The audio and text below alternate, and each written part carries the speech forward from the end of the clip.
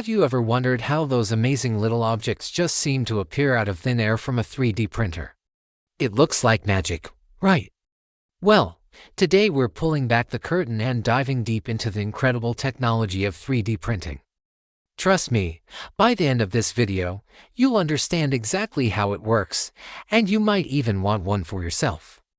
So, what is 3D printing? At its core, it's a process called additive manufacturing. Think of it like building something with Lego bricks, one tiny piece at a time.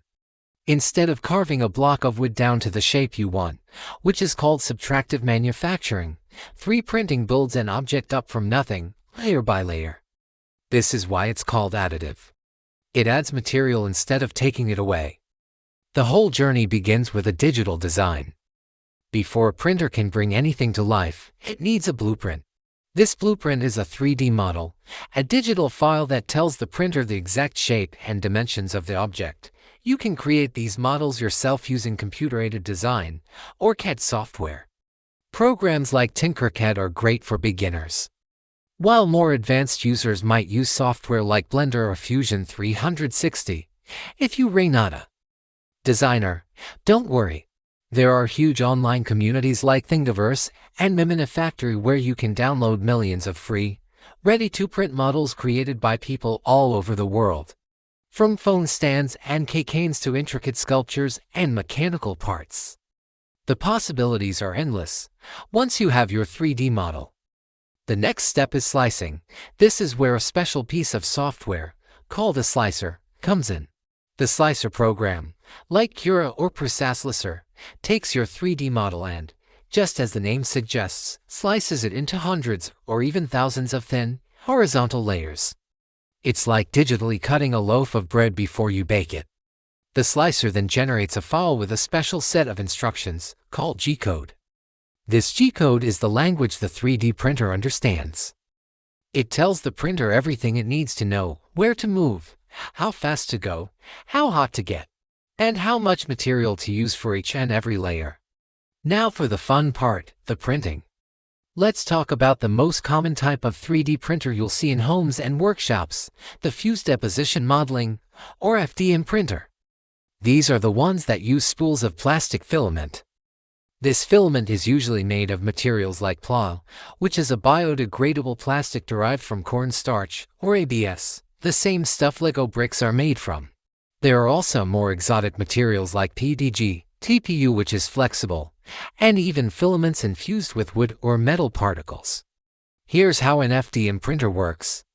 The filament is fed from the spool into a part of the printer called the extruder. The extruder has a hot end, which is basically a tiny, heated nozzle. This hot end heats the plastic filament to its melting point, usually around 200 degrees Celsius or 400 degrees Fahrenheit. The molten plastic is then pushed, or extruded, out of the nozzle in a very thin, continuous stream. The printer's brain, its control board, reads the G-code we talked about earlier. It directs 3 motors to move the print head and the build plate with incredible precision along 3 axes X, Y, and Z. The X-axis is left and right, the Y-axis is forward and backward, and the Z-axis is up and down. So, for the very first layer, the nozzle moves around in the X and Y directions, carefully drawing the shape of that layer onto the build plate with the molten plastic. The plastic cools and solidifies almost instantly. Once that first layer is complete, the build plate moves down slightly, or the print head moves up slightly, by a fraction of a millimeter. This is the Z-axis move. Then, the printer starts drawing the second layer on top of the first. This process repeats, layer after layer after layer, with each new layer fusing to the one below it. Slowly but surely, your digital model starts to take shape in the real world. It's a mesmerizing process to watch. Depending on the size and complexity of the object, a print can take anywhere from 30 minutes to several days. But FDM is just one type of 3D printing.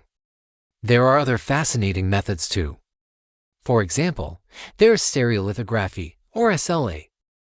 Instead of plastic filament, SLA printers use a vat of liquid photosensitive resin. A UV laser or screen projects UV light onto the resin, selectively curing and hardening it layer by layer. The build platform lifts the object up out of the vat as each layer is formed. SLA printers are known for producing incredibly detailed and smooth objects, which is why they're often used for things like jewelry, dental models, and miniature figures.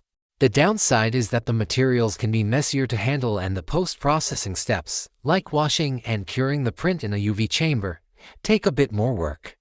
Then there's selective laser sintering, or SLS. This is more of an industrial-grade technology.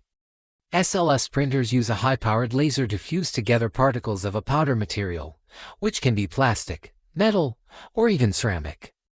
A roller spreads a thin layer of powder over the build area, and the laser sinters the shape of the object for that layer.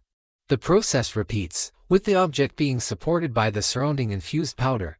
This means you don't need to add extra support structures like you do with FDM or SLA, allowing for very complex, interlocking parts after the print is done. You just excavate it from the powder bed, like an archaeological dig. The applications of 3D printing are mind-blowing and expanding every day. In medicine, doctors are 3D printing custom surgical guides, prosthetic limbs, and even bioprinting tissues and organs for research. In engineering and manufacturing, companies use it for rapid prototyping, creating custom tools and jigs, and even printing final parts for cars and airplanes. Architects create detailed building models, and artists and designers are pushing the boundaries of what's possible in fashion, art, and home decor. Even the food industry is experimenting with 3D printed food. What's truly exciting is how accessible this technology has become.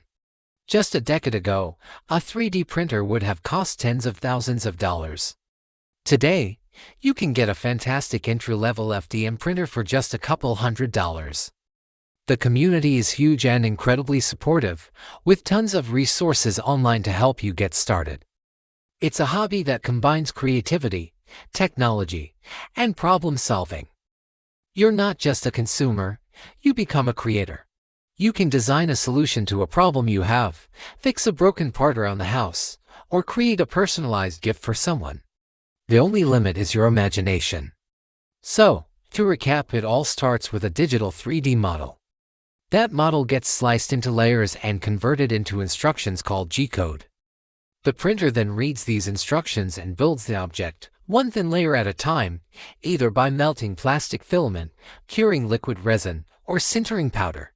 It's a powerful technology that's changing the way we make things, from simple household gadgets to life-saving medical devices.